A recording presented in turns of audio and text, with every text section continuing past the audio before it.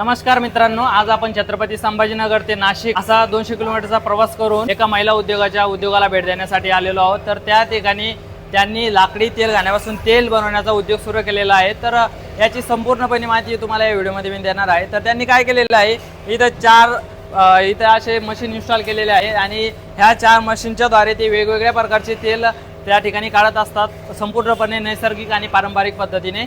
तर यामध्ये ते मोहरी, जवू, दही, तीळ, खोबरा, बदाम अशा विविध प्रकारच्या तेल बियापासून ते तेल काढत असतात। तर त्याची संपूर्णपणे प्रोसेस कशी आहे ते मी तुम्हाला दाखवतो। तर या इकडे तर सर्वात पहिले काय केले जाते, याच्यामध्ये जे कच्चा माल आहे जसं की खोबरं, शेंगदाणा काही पण असेल ते इथे टाकलं जातं आणि इथं लाकडाच्या साहाय्याने तो क्रश केला जातो। ते क्रश केल्याच्या नंतर काय होतं की इथे तुम्ही बघू शकता की इथे ऑइल एक्स्ट्रॅक्ट होत असतं। अशा पद्धतीने नॅचरल आणि पारंपरिक पद्धतीने इथे तेल मिळत असतं।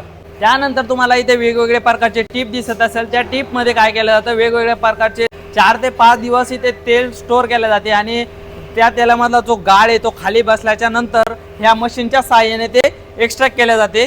त्याच्यानंतर त्याला पॅकेजिंग करून, त्याला लेबलिंग करून आणि त्याचं वजन करून ते विक्रीसाठी मार्केटमध्ये पोहोचवले जाते। इथे तेलाचं प्रोडक्शन करूनच उत्पन्न घेतल्या जात नाही, तर इथे तेल निघाल्यानंतर शिल्लक पार्ट असतो त्याला आपण ढेप म्हणतो। तर तो ढेप जनावरांसाठी खाद्य म्हणून वापरण्यात येतो आणि याला पण खूप चांगला दाम इथे भेटत आहे।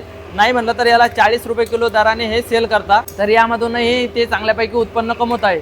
तर अशा या महिला उद्योगाची यशोगाथा आपण आपल्या YouTube चॅनलवर दाखवलेली आहे। तर तुम्ही तिथे जाऊन संपूर्णपणे माहिती बघू शकता।